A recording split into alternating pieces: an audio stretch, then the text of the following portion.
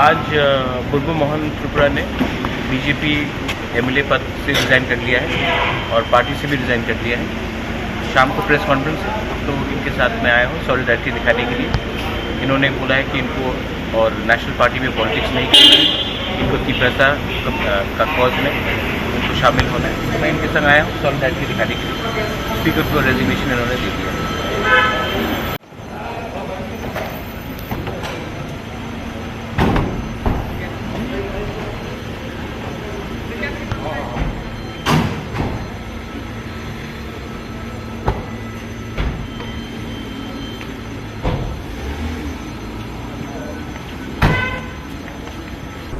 না, উনি অন্য কোনো কারণ বলেননি, ব্যক্তিগত কারণ। উনি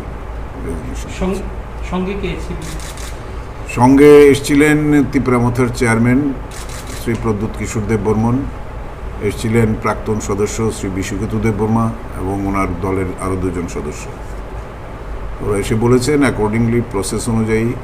আমি বলেছিলাম, ওনাকে রিকোয়েস্ট করেছিলাম যে আর এটা তো অলমোস্ট লাস্ট অধিবেশন, আর হলে হয়তো আর একটা একদিনের হতে পারে, সেটা হচ্ছে ভোট অন অ্যাকাউন্টস পাস করতে হবে, যেহেতু ইলেকশনের টাইমের পরেও কাজ চলতে হবে সরকারের।